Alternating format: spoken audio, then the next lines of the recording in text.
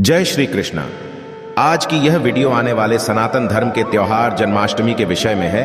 मैं सभी सनातनी भाइयों और बहनों को जन्माष्टमी की बधाई देता हूं। दोस्तों, हम सबको पता है कि कृष्ण जन्माष्टमी काफी नजदीक आ रही है और जैसे जैसे नजदीक आ रही है वैसे वैसे उत्सुकता बढ़ती जा रही है, क्योंकि प्रत्येक सनातनी भाई बहन को भगवान कृष्ण जी से बड़ा लगाव है। वह सबके प्रिय हैं और सबका कल्याण करने वाले हैं। तो चलिए बात करते हैं इस खास दिन यानी कृष्ण जन्माष्टमी की। दोस्तों, कई हजार सालों पश्चात 7 सितंबर 2023 को बहुत ही दुर्लभ और अद्भुत संयोग बनने जा रहा है, क्योंकि इस दिन अष्टमी का पावन पर्व पड़ रहा है। दोस्तों, इस दिन राज योग, अमृत सिद्धि योग, साथ ही धन लक्ष्मी योग जैसे कई सारे योग बन रहे हैं और इस समय भगवान कृष्ण सबसे अधिक प्रसन्न होते हैं। यानी आप भगवान से इस दिन जो भी मांग ले वह आपकी हर इच्छा भगवान कृष्ण शीघ्र ही पूरी कर देंगे। वही दोस्तों, कृष्ण भगवान को प्रसन्न करने के लिए जन्माष्टमी पर कुछ खास उपाय जरूर करने चाहिए, जो कि आपकी किस्मत बदल सकते हैं और आपको मालामाल बना सकते हैं। यदि आप भी अपने जीवन में भगवान कृष्ण की कृपा पाना चाहते हैं तो इस वीडियो को लाइक करके कमेंट में राधा कृष्ण लिखना ना भूले। दोस्तों, आज की इस बेहद ही सुंदर वीडियो में आपसे बात करेंगे कृष्ण जन्माष्टमी वर्ष 2023 में कब मनाई जाएगी, किस दिन आप जन्माष्टमी का व्रत रखेंगे और कृष्ण जन्माष्टमी की पूजा का शुभ मुहूर्त क्या रहेगा। तो आपको बता दें कि कृष्ण पक्ष की अष्टमी तिथि इस बार 6 सितंबर को पड़ रही है। ये कृष्ण का 5250वां जन्मदिन होगा। ऐसे में ये 6 सितंबर को दोपहर 3:37 से शुरू होगा और 7 सितंबर को शाम 4:14 तक रहेगा। दोस्तों, इस दिन सुबह 9:20 से रोहिणी नक्षत्र शुरू होगा। ऐसे में ग्रस्त सितंबर और वैष्णव संप्रदाय के लोग 7 सितंबर को इस त्योहार को मनाएंगे। दोस्तों, पूजा के लिए इस बार शुभ मुहूर्त 40 मिनट का है, जो कि 12:02 से 12:48 तक रहेगा। ऐसे में इस दिन रोहिणी नक्षत्र का संयोग भी बन रहा है। ऐसे में इस दुर्लभ संयोग में की पूजा करने से 3 जन्मों के से मुक्ति मिलती है। यदि किसी की आत्मा प्रेत योनि में भटक रही है तो उनके नाम से की गई पूजा उनकी आत्मा को मुक्ति प्रदान कराती है। दोस्तों, इस दिन का व्रत संतान का सुख देने वाला होता है। ऐसे में इस बार का व्रत करना ना भूलें। साथ ही जो इस व्रत को शुरू करना चाहते हैं, इस बार उनके लिए सबसे अच्छा मौका भगवान श्री कृष्ण की कृपा पाने के लिए। ऐसे में फिर आप भी इस व्रत को शुरू कर सकते। तो दोस्तों, चलिए अब जानते हैं जन्माष्टमी के व्रत कथा, जिसको पढ़ने या सुनने मात्र से ही सभी लोगों के सारे पाप धुल जाते हैं और सभी मनोकामनाएं पूरी हो जाती है।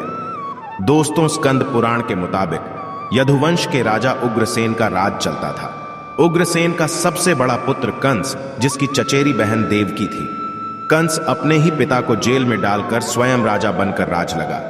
पर दूसरी ओर कश्यप ऋषि का जन्म राजा सूरसन के पुत्र के रूप में वासुदेव का जन्म हुआ, जो कि आगे चलकर वासुदेव का विवाह देवकी से संपन्न हुआ। और देवकी को विदा करने के दौरान एक आकाशवाणी होती है, हे कंस, आज जिस बहन को इतने प्यार से विदा कर रहा है, कल उसी का 8वां पुत्र तुम्हारी मौत का कारण बनेगा। ऐसा सुनते ही कंस देवकी को मारने के लिए हावी हो गया, पर सैनिकों और वासुदेव के वचनों ने ऐसा होने से बचा लिया।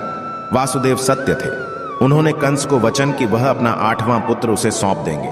दोस्तों, वसुदेव जी की बात मानते हुए कंस ने उन दोनों को बंदी बनाने का निर्णय ले लिया और उनके पास पहरेदार लगा दिए। इसके पश्चात कंस ने देवकी के सारे संतानों को मारने का प्रण कर लिया। इस निश्चय के अनुसार देवकी के 7 संतान कंस द्वारा मारे गए। इसके पश्चात देवकी के 8वें पुत्र का जन्म हुआ। भाद्रपद मास के कृष्ण पक्ष की अष्टमी तिथि को रोहिणी नक्षत्र के दौरान मध्य रात्रि में भगवान श्री कृष्ण का जन्म हुआ था।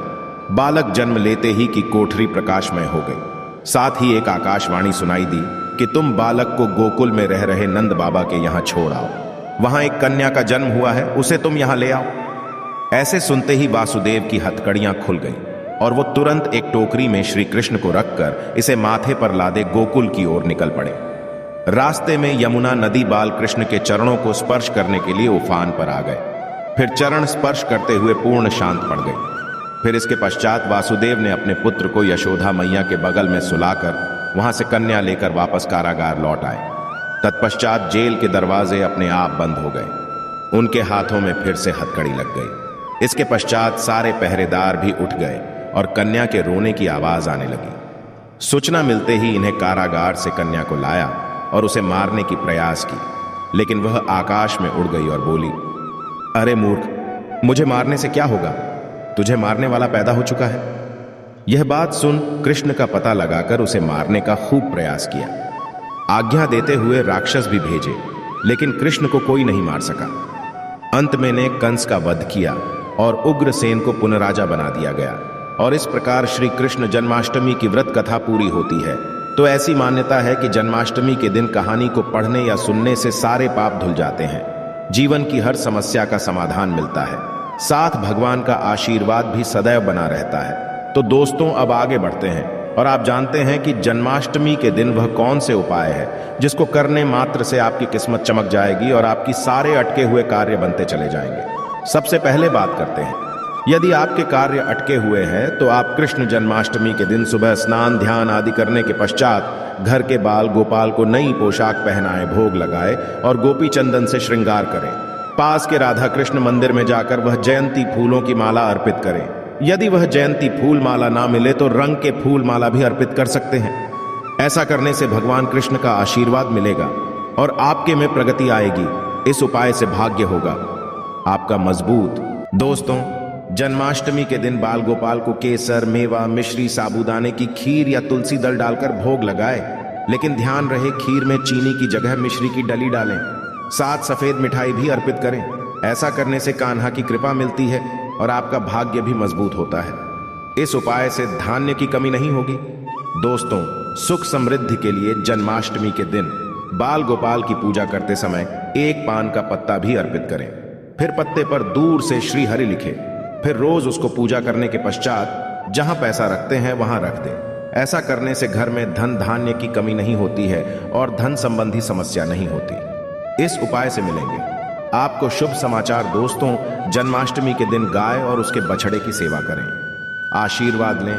इसके साथ ही गाय और उसके बछड़े की मूर्ति भी लेकर आए और बाल गोपाल के पास मूर्ति को रखकर उसकी पूजा करें। ऐसा करने से भगवान कृष्ण की कृपा जल्द शुभ समाचार सुनने को मिलती है। इसके पश्चात गाय और बछड़े की मूर्ति को ईशान कोण में रखना स्थान माना गया है। इस उपाय से आर्थिक तंगी होगी आपकी दूर। दोस्तों, कर्ज की समस्या से यदि आप परेशान हैं तो जन्माष्टमी के दिन दक्षिणवर्ती शंख से भगवान श्री कृष्ण का अभिषेक करें। दक्षिणवर्ती शंख को लक्ष्मी का स्वरूप माना गया है और लक्ष्मी पूजा में शंख के बिना पूजा ना होती है। ऐसा करने से आर्थिक तंगी दूर होती है और लक्ष्मी की प्राप्ति होती है। इस उपाय से होगी व्यवसाय में उन्नति। दोस्तों, जन्माष्टमी के दिन सुबह शाम 11 बार तुलसी की क्रमांक करें और घी का दीपक जलाएं। इसके पश्चात 8 बार ओम नमो भगवते वासुदेवाय मंत्र का जाप करें। साथ ही कपूर जलाकर उस पर थोड़ी सी मिश्री डाल दें और कपूर और मिश्री का हम भी करें। ऐसा करने से नौकरी व्यवसाय में उन्नति होती है। तो दोस्तों, वीडियो से विदा लेने से पहले और आपके पूरे परिवार को इस जन्माष्टमी की हार्दिक शुभकामनाएं। मैं कामना करता हूं कि इस जन्माष्टमी पर बाल गोपाल आपके घर ढेर सारी खुशियां लाए।